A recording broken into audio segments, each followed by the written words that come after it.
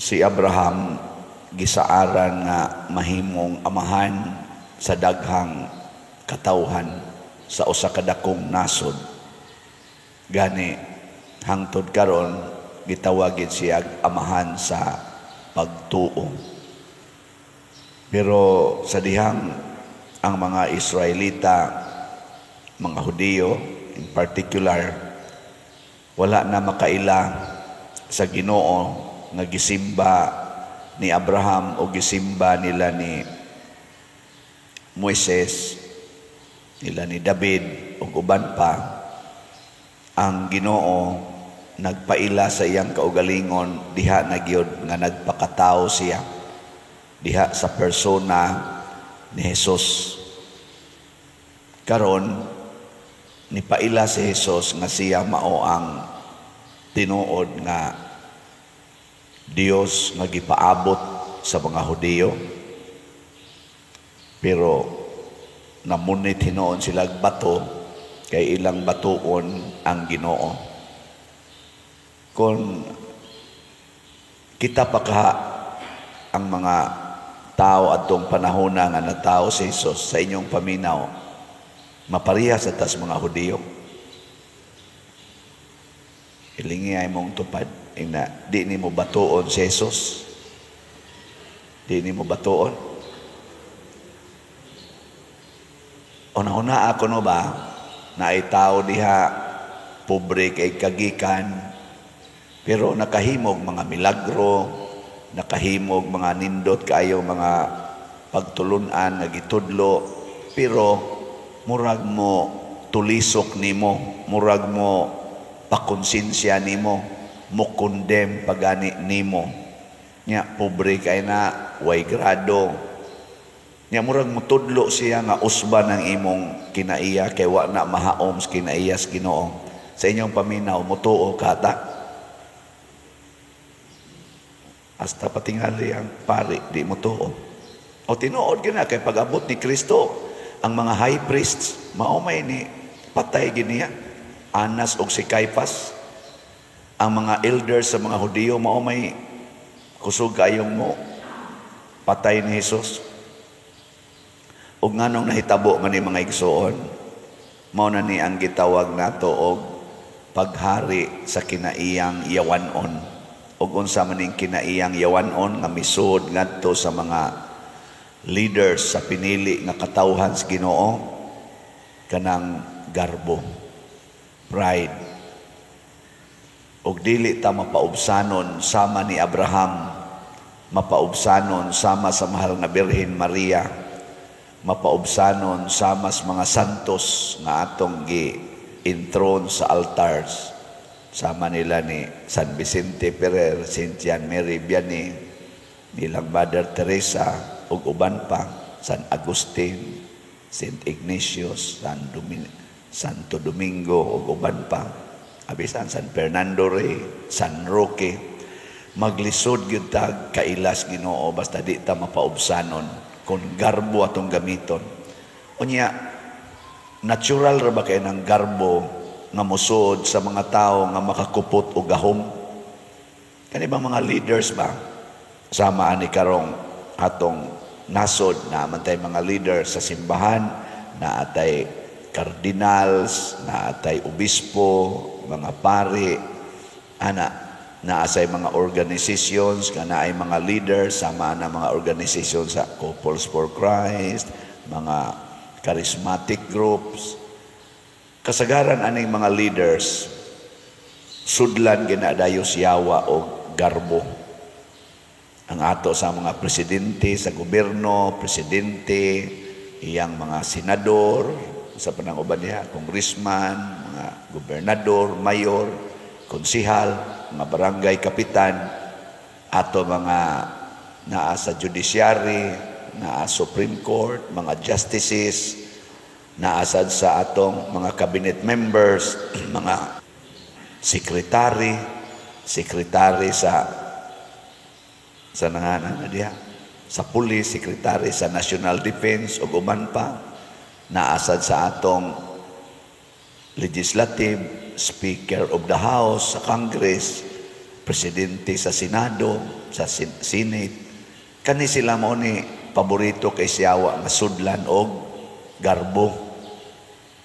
Gilingi ay mong tupad. Ingna, kumusta man ka, wa pa ka masudli anang garbo. Ingna ko no. Nawa ka diha mapuno sa garbo. Kana mga ginikanan, mga apuhan, kana sila mga leader, masana sa ilang kaugalingong pamilya, sudlan sa naggarbo. Ngayon sa may mahitabo, ma-close-minded na sila. Ang ilang paminaw, aning maong mga leaders, apil na ning naghumili, na sila na lang yo'y sakto. Sila mo'y nakamao. Sila mo'y nagkupot sa knowledge and wisdom. O sila ragyo'y makatugkad sa kamatuoran. Now, mo na ka ng hiring-hiring diha sa atong kuan, Congress, maghiring-hiring sila, kay sila kuno'y mutugkad aning fake news, ana. Nya, kung ikaw, usara ka kaordinaryo nga vlogger, or usa ka kaordinaryong mamamayan nga ilang tawgon dito, singhagan ra ka, i-contempra ka dritso. Pero ang muadto dito, kana sa mga dungganan, samaan ang mga foreigners, naman sa mga foreigners nga ilang gipatawag, di sila ka-contempt. Bisag tubag-tubagon pa sila, di gid sila ka-contempt. Pero kani-ganing atong mga Pilipino, contempt dayon. Bisag former president pa ka, priso dayon. Nga naman, tungod na sa garbo. Ug unsa may ihatag sa garbo nato, kangit-ngit. Di na ta kakita sa kamatuoran, mo nang magkagubot gid ta. Pulos na lang kangit-ngit. Kay di naman ta katugkad sa tinuod nga kamatuoran. Mo nang niingon si Jesus, ang maminaw ug motuo sa akong gisulti, dili mamatay. Unsa man ang kamatayon? Kangit-ngit. Kangit-ngit na. Si Abraham, bisag namatay, buhi gyapon siya, kay naaman ang iyang kaliwatan, o ang iya sang kinabuhi, buhi tungod kay tuaman siya sa sabakan sa Ginoo. Pero ang kaning mga garbuhon, kuyog ni siyawa. Nga unsa may timailhan aning mga garbuhon, kusog kay ni silang mupatay, pero hadlok ni silang mamatay. Oo. Hadlok na sila mamatay, pero kusog na sila mapatay. Patyon ang imong kagawasan, freedom of speech. Patyon ang imong katungod, freedom to kaning sa ganana. Kanibang choice, kaning pagbutar, ilan ang patyon pinaagi sa pagtikas sa eleksyon. Ana ilara nang manipulaw kay sila goy leader, o kita anad na kay taana dinis ato tinikasay to the max, either vote buying, kaysa vote buying wa na kay choice, gitagaan na tika, gipamonitor tika, nidawat ka, sipyat gani ka, patay gyud kanako. Dawat butar niya, nasa na sila'y dagdag bawas, kanang adyason ang mga resulta. Inigabot na nga to sa total canvas sa nasyonal, mga usab na ang resulta. Ang resulta di respresento, di nakaabot dito sa probinsya o sa kaning regional o kaha sa national level, kay gipang adjust na. Kusog kay na dinis ato. Niya, musupa ka, priso ka, contempt ka. Ana. Gilingay mong tupad. Ingnan napakatay paglaom, ani. Ano ba? Napatay paglaom. Mao na, usa lagi paglaom nato. Di ta mag-practice anang garbo. Kay ang garbo, mutabon gina. So atong tanaw-tanawon sa atong mga kandidato, kandidatas politika karon kay nagkaduol na magyong atong eleksyon. Tanawa ko no diha kinsa may mas open to opinions. Kana bang dili dali masuko bisan pag insultuhon, bisan pag sungagon ang ilang gisulti dili masuko. Kanang maong mga politicians mo na atong butaran kay at least open sila. Parehabitan ang ni-suggest karon katong sin-suggest sa Kumilik nga usa ka CPA lawyer nya expert aning IT. Ni-suggest siya unsay buhaton panahon sa eleksyon ng machine dito sa presinto dili i-connect sa internet hangtod makahuman siya sa iyang paghatag og resulta ni anang presintuha. Makaprint na gani siya sa iyang resulta, una pa i-connect sa internet kay ang iyang kanang gipanagan-an basin unyag na ay hacker unya mahak ang maong kana ganing machine.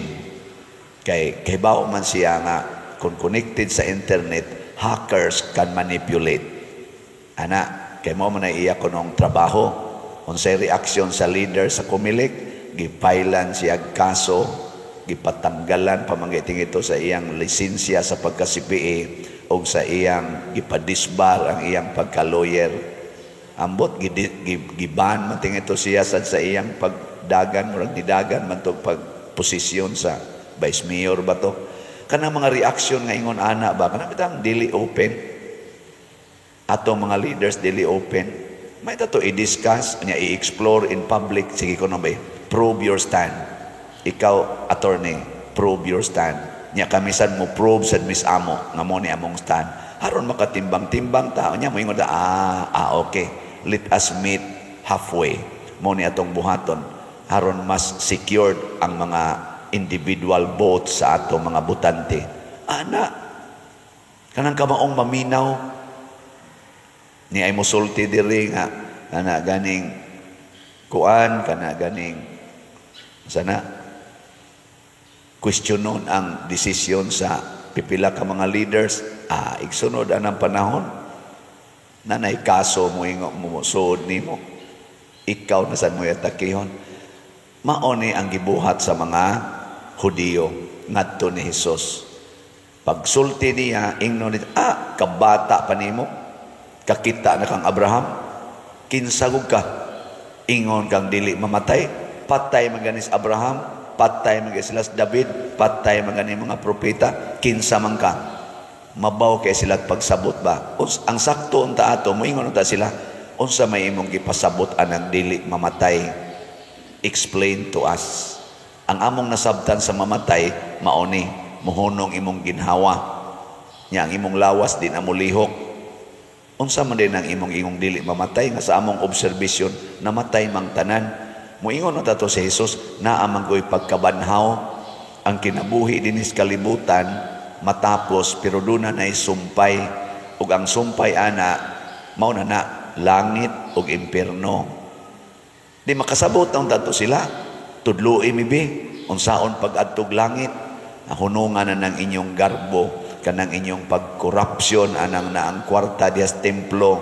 Mao man to ilang problema kanang inyong paghimog negosyo diha sa simbahan, hunungan na kanang inyong pagdaog-daog sa mga yan gitaw niya mga ilo, mga balo, mga widows, mga orphans, kana mga masakiton nga butangin na ninyong budget ang PhilHealth ayaw isero budget. Ano ba? Maminaw ba? Kanang inyong BICAM report ayaw ng blanco. Suwati na kay illegal ng blanco nga inigawa sa bicameral report blanco nga inigabot na General Appropriation Act na nay figure nga moabot ko ng mga 241 billion ang worth gikan sa blanco nahimong 241 billion giunsa man na kuno along the way. Mo na mga question ba? Bitaw no? Si Piat di ay magpaminaway ba? Ana magsigi manog dinatugay unya igresulta na mapitusan gani gyud priso ka kontim ka ana dayon. Mao na si Jesus napitusan naman gid sila naalkansi naman sila sa katarungan, punitig bato, batuon ka, harum hilom ka diha. Mga igsoon, let us be open to God's messages. Pariha ni Abraham, mapaubsanong mituo sa Dios. Ilingiyay mong tupad. Ingna, mutuo ba ka nga ang pagpalit og slat makaluwas? Ingna ko no. Na kanang gisulti, Father, ba nga mopalit kag slat makaluwas gina. Na inipalit og slat na to dire, ako lang gining mensyonon ang iyang sitwasyon, ang iyang gisulti. Ang iya ko nung giari dire, nipalit siya slat tungod sa iyang mama nga bag-o pang namatay. Kaya ang iyang mama magsigi jud kuno tong palit og slat dire, pero wa gito kaari dire. Nya niingon kuno iyang mama pagdayong kamatay, paliti gyapong slat si Father ha, bisag patay nako. Ana, ningari sila. At kaingon ko ba, grabiha ani kato di gito mahitabong maimpierno. Nga naman, hantod namatay siya, nanugon siya, nga bisag patay siya, papaliton gyapong slat din eh. Kamo kuno suway kuno diag ingon imong tupad ingna ana ganing naaman ko'y gamayng pundo in kasog mamatay ko karon ipalit kinig slat ha. Ay nga naman unsam din atong slat din usa ni siya ka okasyon aron mapakita nato ang atong gugma sa Dios, ang gugma nato sa simbahan. Ana, pero kanang inyong pagtigom og kwarta para ipaparlor, para iparenovate sa inyong balay, para ipangural sa inyong balay, para ipalit ang imong bagong sakyanan, bagong gadgets, aron igasto anang panindot anang imong naong magikas brown mahimong puti, pamalit anang mga bag, sinina, sapatos nga terno-terno. Pulos gina siya, dili makahatag og kalimpios kalag. Posible pa noon, mahimo pa ng okasyon nga makasaha ta. Muna, gamito na tong kwarta sa pagpalit og slat. So, siguro alag palit karon ang atong kaning para sa karong Holy Week o sa atong pista. Kay less than 1 month na lang gini. Nya sa pagkakaron, ang atong, kanila akong i-update ini sumili, ang atong God's Healing and Deliverance Powers, GHDP, ang atong halin 21,299 kaslats na, naapay 48,701 kaslats, nga tag 100 pesos per slot. Yan na ni 12 slot challenge, nga tag 1,200, 664 na sad ang niapil aning maong challenge. Atong pakpakan bi ang gamalit ani. Salamat kaayo. Tagsa lang ka slot, niya gusto kag challenge, 1,200 para aning maong slot. Niya ang atong tulo ka slots, 700 ra, kaning tulo ba inyong palitan, SBF DAG, GHDP, o katong HPMM, 700 pesos. Mupalit mo karon on or before Easter Sunday, 700 ra. Nya gusto sa mog challenge kaya naaman sa ubay-ubay na tigom, 11,200 ang tulo na to ka-challenge. Pagkanindotag ato ng buhaton, musakripisyo ta para ani. Nga naman, nakakita ta nga usanis mga pamaagi aron maduol tas Ginoo og makabot ang kaluwasan. Atong iampo ang ato mga leaders. At the same time, magampo sa ta nga lamdagan ta nga makapili unta tag mga leaders nato nining midterm elections kay mao man ay the best occasion to exercise our freedom of choice pag eleksyon. Makapili unta ta og mga tao nga nakailag Ginoo og labaw sa tanan, mugiyas mga tao ngadto padulong sa kaluwasan, lawas ug kalag. Kay nagkinahanglan kay taana karon sa atong nasod. Di na lang ta magpakabutabungol, nagkinahanglan ta ni us-us nagmaayo ang atong nasod karon. Naana ta sa brink of crisis, too much crisis. Grabe na kayo. Di na ni tiaw-tiaw. Moral crisis, financial crisis, social crisis, political crisis, economic crisis ni anahapit nato tanan ambot kag wa pa baka ang spiritual crisis.